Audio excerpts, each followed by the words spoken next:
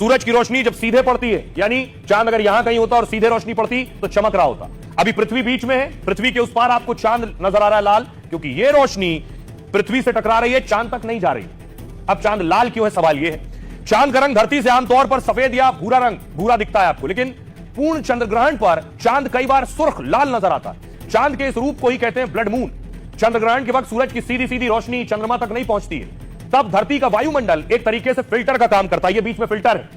नीली और बैगनी किरणें क्या है, वायुमंडल में बिखर जाती हैं आगे, जबकि लाल रंग की रोशनी सीधे चंद्रमा तक पहुंचती है। वातावरण में मौजूद आगे जो चांद पर से पहले पृथ्वी के आगे वातावरण में मौजूद है धूल गैस, दूसरे कण के चलते ऐसा होता है। वातावरण में जितने ज्यादा बादल और धूल होंगे, चांद उतना ही लाल नजर आएगा आपको।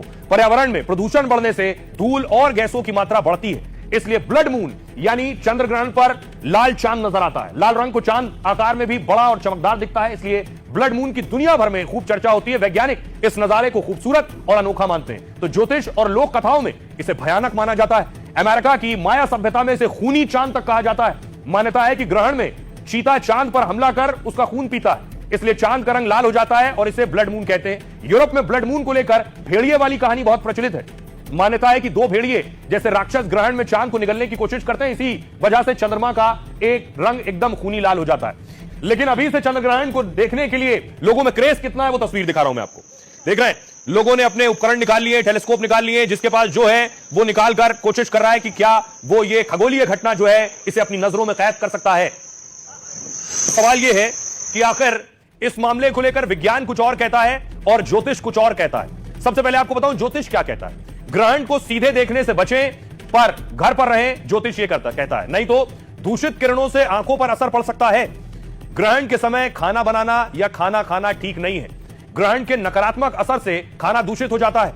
ग्रहण सेहत पर बुरा असर डाल सकता है, ज्योतिष ये भी कहता है, इसलिए सावधानी रखें और मंत्रों का जाप करते रहें। साथ ही आपको बताऊं, ग्रहण के समय गर्भवती महिला अगर बाहर निकलती है तो होने वाले बच्चे की सेहत पर असर पड़ सकता है, ज्योतिष ये कहता है। ग्रहण धरती पर भूकंप और बाढ़ जैसी आपदाएं लाता है। ग्रहण के दौरान नकारात्मक शक्तियां हावी हो जाती हैं और इसलिए कोई नए या शुभ काम की शुरुआत ना करें।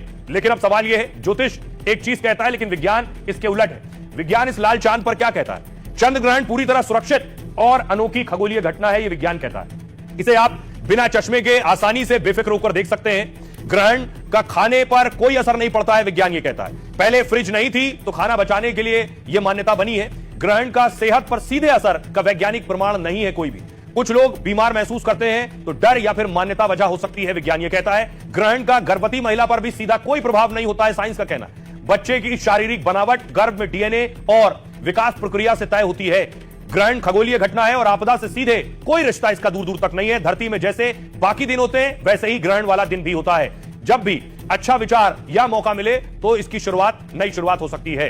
और आइए अब आपको बताऊं कि आखिर चंद्र ग्रहण होता क्यों है। वैज्ञानिक वजह क्या है। वैज्ञानिक वजह यह है कि कई बार ऐसा होता है कि धरती सूरज और चंद्रमा के बीच में आ जाती है और इससे सूरज का प्रकाश सीधे चंद्रमा तक यानी चांद तक नहीं पहुंच पाता है। पृथ्वी की छाया चंद्रमा पर पड़ने से ग्रहण हो जाता है। यह वैज्ञानिक दृष्टिकोण है। दूसरा पौराणिक वजह क्या है, यह तस्वीर देख रहे हैं, इसका ताल्लुक है पौराणिक वजह से। मान्यता है कि समुद्र मंथन में जब अमृत निकला था तो विष्णु जी मोहिनी रूप रख देवताओं को अमृत पिला रहे थे उस वक्त। तब एक राक्षस स्वरभानु देवता का रूप रखकर कतार में बैठ गया आकर और राक्षस स्वरभानु ने धोखा देकर अमृत पी लिया था। यह बात सूर्य और चंद्रमा को पता लगी तो तुरंत विष्णु जी को बताया गया। विष्णु जी ने अपने चक्र से स्वरभानु के सिर को धड़ से अलग कर दिया था उस वक्त, लेकिन स्वरभानु ने अमृत पी लिया था इसलिए उसकी मौत नहीं हुई। लेकिन स्वरभानु ने अमृत पी लिया था इसलिए वो जिंदा रह गया। राक्षस स्वरभानु के सिर को राहु कहा जाता है और धड़ को केतु कहा जाता है। मान्यता है कि सूर्य चंद्रमा ने स्वरभानु यानी राहु केतु का भेद खोला, इसलिए राहु केतु सूर्य और चंद्रमा को ग्रहण लगाते हैं। यह भी मान्यता है कि उसे खाते हैं।